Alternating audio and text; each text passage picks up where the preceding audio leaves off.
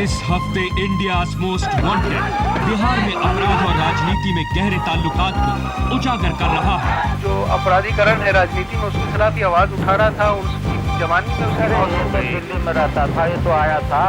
ये लड़के लोग धरना पर बैठे थे, दोनों तरफ गोली वोली चली। इस हफ्ते India's most wanted comrade Chandrashekhar की शक्ल में राजनीति से अपराध को खत्म करने की इसकी लड़ाई को जिंदा रखते हुए उन कातिलों का पीछा कर रहा है जिन्होंने मुजाहिद कॉमरेड चंद्रशेखर को बिहार के सिवान जिले में दिन दहाड़े गोलियों से भून डाला।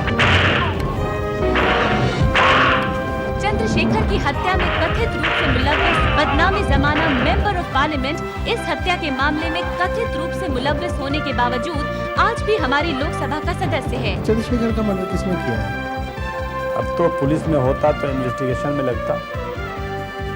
उससे पता होगा। पुलिस में होता तो लगता, ऐसे कैसे बता पाऊंगा। कॉमरेड चंद्रशेखर की सनसनीखेज हत्या को आज 2 साल हो चले हैं, मगर सीबीआई आज तक इस केस में मुलव्विस अपराधियों को गिरफ्तार नहीं कर सकी है। Tonight, India's most wanted is reminding the CBI of its duties, because tonight, India's most wanted is where India fights back.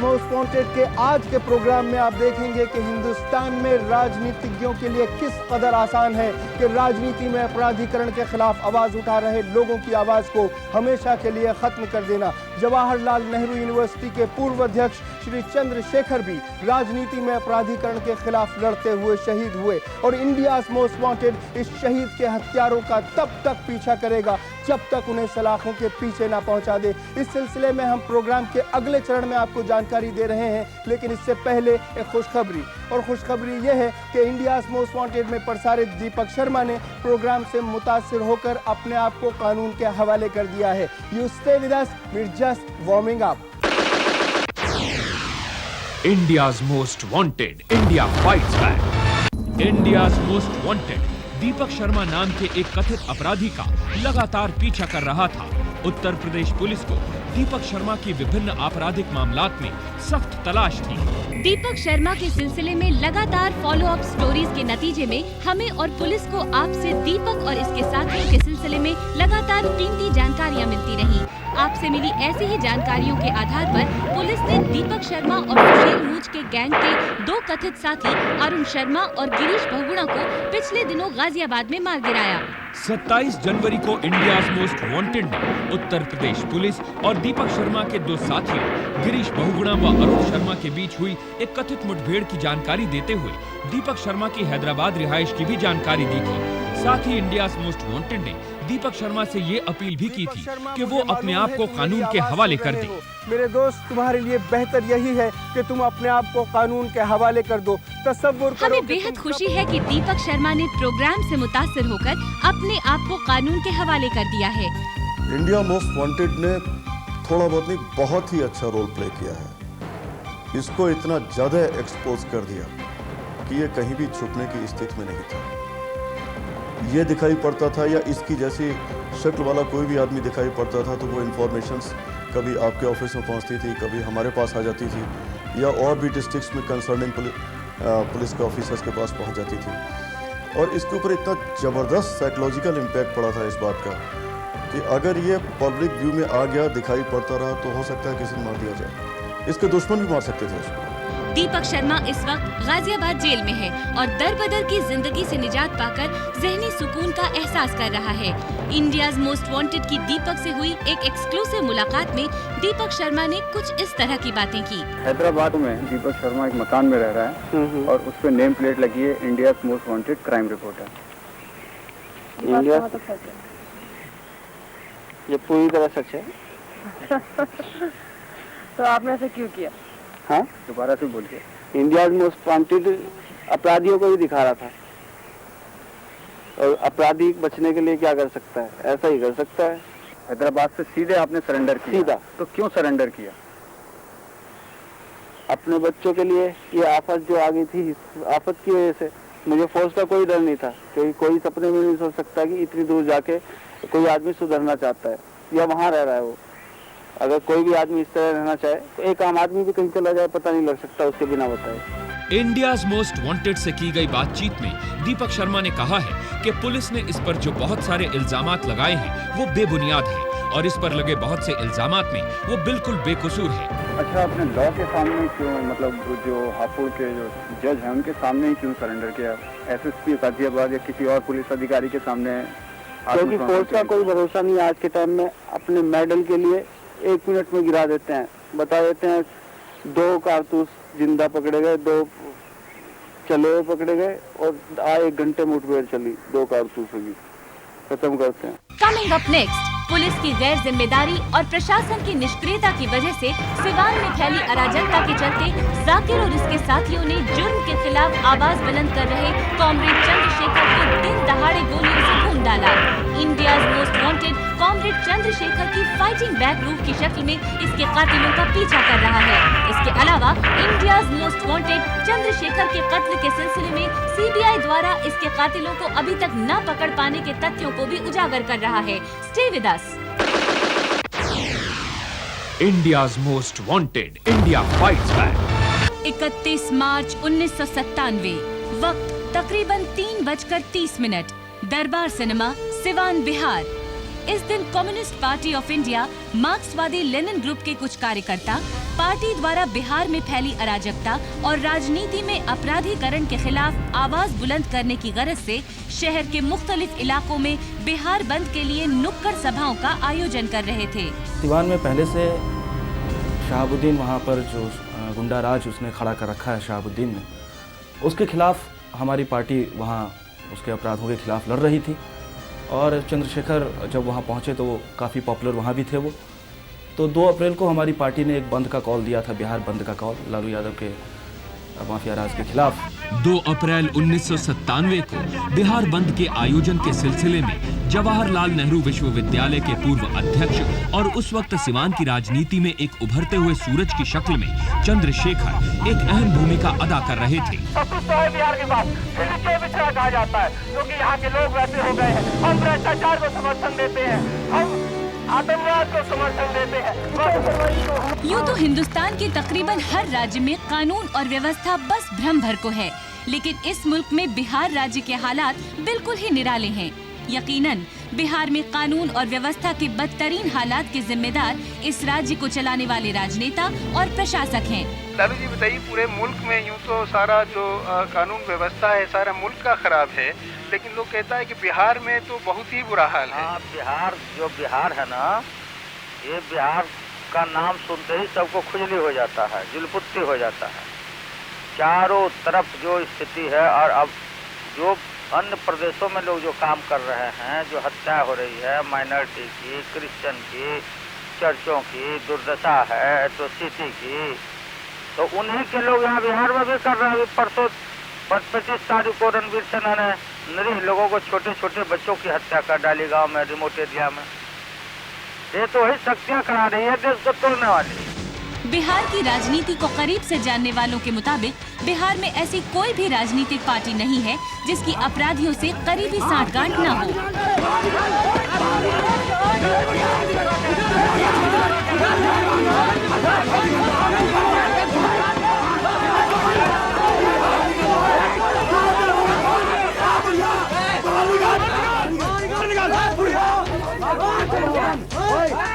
Channu कहाँ है? अरे ज्यादा अनजान बनने की कोशिश ना करो बुढ़िया, ज्यादा अनजान बनने की कोशिश ना करो। क्या है उसने? साबुद्दीन के खिलाफ कौनो साले का हिम्मत नहीं है जो आवाज उठा के बोल सके। और तेरा चंदू है ना, चंदू बहुत बोलता है आजकल उनके खिलाफ, बहुत बोलता है। समझा देना उसको, कह देना कि किसी गलतफहमी का शिकार ना रहे। कौनो दिल्ली विश्वविद्यालय नहीं बा। तो क्या कहते हैं उसको, JNU के छौड़ा छौड़ी को आगे पीछे लेके खूब भाषण देता है। ये सिवान जिला में रहना है ना, तो चुपचाप रहे, न तो उनका भी वही हाल होगा जो उसका हुआ। समझा देना माता जी, समझा देना, समझा। चंद्रशेखर की वालदा मोहतरमा कौशल्या देवी के मुताबिक सिवान के वर्तमान लोकसभा सदस्य शहाबुद्दीन के कुछ गुंडे चंद्रशेखर की हत्या से कुछ दिन पहले उनके घर आए थे और इन गुंडों ने चंद्रशेखर द्वारा शहाबुद्दीन और जनता दल की सरकार के विरोध में खुलेआम जन प्रचार न करने और बिहार बंद का आह्वान न करने के लिए उन्हें धमकाया था। बिहार के भूमिहीन दलित जो हैं, जो किसान हैं, भूमिहीन किसान, उसकी भी वो लड़ाई लड़ रहे थे। तो यह एक समग्र, इस पूरी समग्रता में चंद्रशेखर की पॉलिटिक्स को देख रहा था।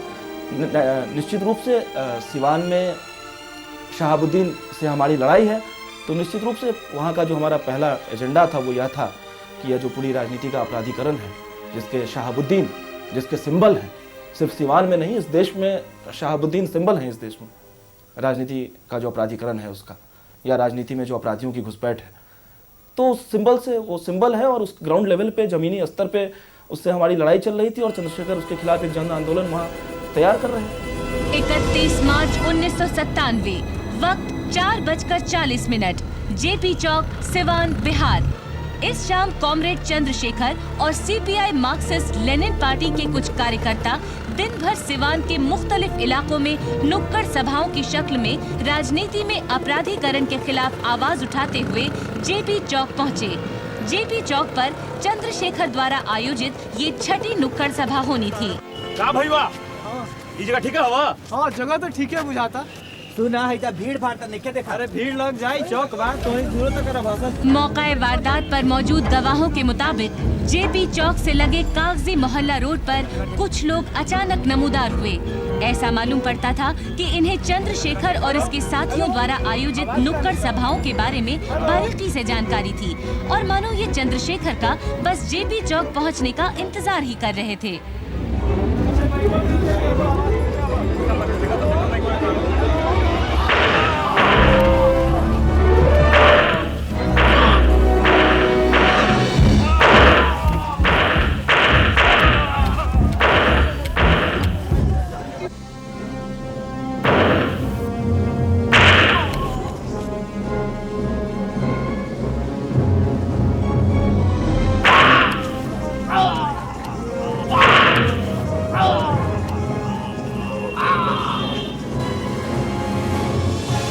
इंडियाज मोस्ट वांटेड के जराओं के मुताबिक चंद्रशेखर और श्याम नारायण यादव को अपनी गोलियों से छलनी करके ये मौका वारदात से फरार हो गए और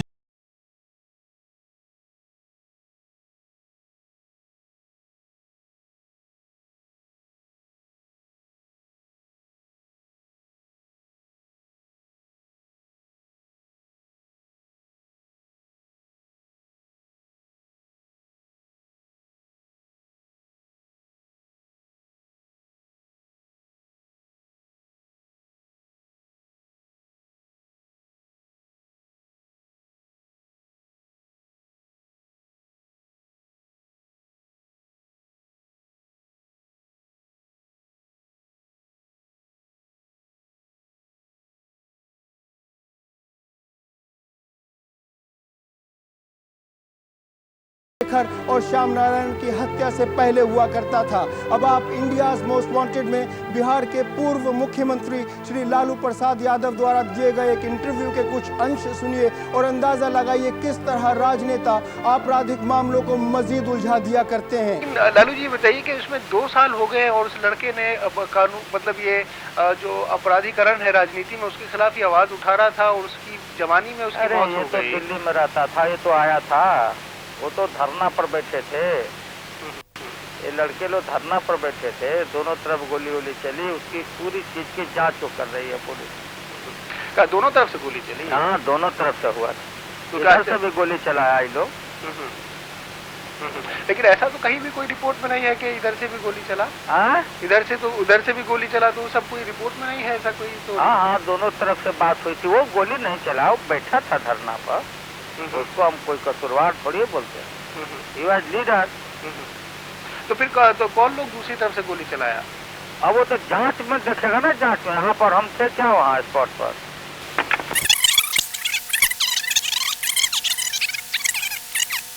तो दिल्ली में रहता था, ये तो आया था, वो तो धरना पर बैठे थे। ये लड़के लोग धरना पर बैठे थे, दोनों तरफ गोली वोली चली, उसकी पूरी चीज की जांच वो कर रही है पुलिस। क्या दोनों तरफ से गोली चली? हाँ, दोनों तरफ से हुआ। तो इधर से भी गोली चलाया ये लोग। लेकिन ऐसा तो कहीं भी कोई रिपोर्ट में नहीं है कि इधर से भी गोली चला। इधर से तो उधर से भी गोली चला, तो सब कोई रिपोर्ट में नहीं है ऐसा कोई तो। हाँ, दोनों तरफ से बात हुई थी। वो गोली नहीं चला, वो बैठा था धरना पर, उसको हम कोई कसूरवार थोड़ी बोलते हैं, ही वाज लीडर। तो फिर तो कौन लोग दूसरी तरफ से गोली चलाया? अब वो तो जांच में देखेगा ना, जांच में। यहाँ पर हम थे क्या वहाँ स्पॉट पर? India's most wanted, India fights back. India's most wanted ने चंद्रशेखर केस में आरोपित लोकसभा सदस्य शहाबुद्दीन से उनका पक्ष जानने के लिए उनसे मुलाकात की। प्रस्तुत है शहाबुद्दीन जी के एक एक्सक्लूसिव इंटरव्यू के कुछ अंश। चंद्रशेखर का मर्डर किसने किया है? अब तो पुलिस में होता तो इन्वेस्टिगेशन में लगता। कुछ तो पता होगा।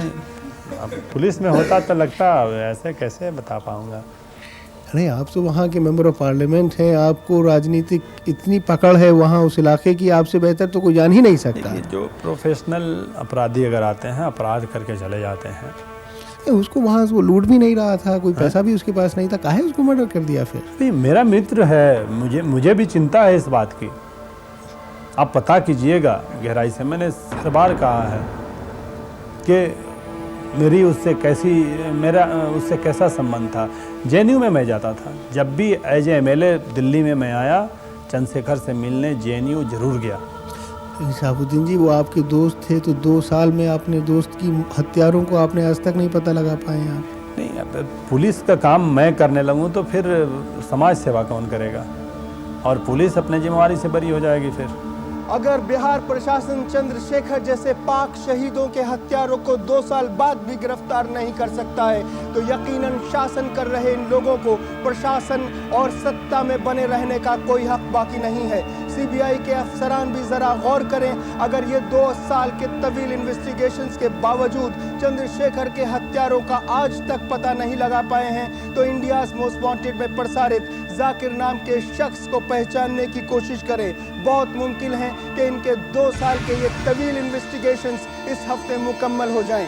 पुलिस के मुताबिक जाकिर नाम का ये कथित अपराधी बिहार के बेतिया जिले में हत्या, अपहरण और लूटमार के मुख्तलिफ मुकदमात में दरकार है। अगर आपको इस शख्स या चंद्रशेखर की हत्या में मुलव्विस और दूसरे अपराधियों के बारे में जानकारी है, तो अभी इसी वक्त इंडियाज मोस्ट वांटेड को फैक्स नंबर 011-338-3979 पर सूचित करें। याद रखिए, चंद्रशेखर की हत्या की बेहद उलझी मिस्ट्री को सुलझाना बिहार के मुस्तकबिल के लिए निहायत जरूरी है। अगर आप अपनी भूमि और राज्य को वाकई प्यार करते हैं, तो अभी इंडियाज मोस्ट वांटेड को फैक्स नंबर 011-338-3979 पर सूचित करें। सूचना देते वक्त आप अपना नाम और पता गुप्त रख सकते हैं। यकीनन दीपक शर्मा ने अपने आप को कानून के हवाले करके एक बेहद समझदार नवयुवक होने का सबूत दिया है। अगर आप भी कानून से भाग रहे हैं, तो मेरी आपको ये मुफीद सलाह है कि आप भी दीपक शर्मा की मानिंद अपने आप को कानून के हवाले करके दर बदर की जिंदगी से निजात पाएं। Thank you very much for watching India's most wanted. Remember, together we can and we will make a difference. Goodbye for now.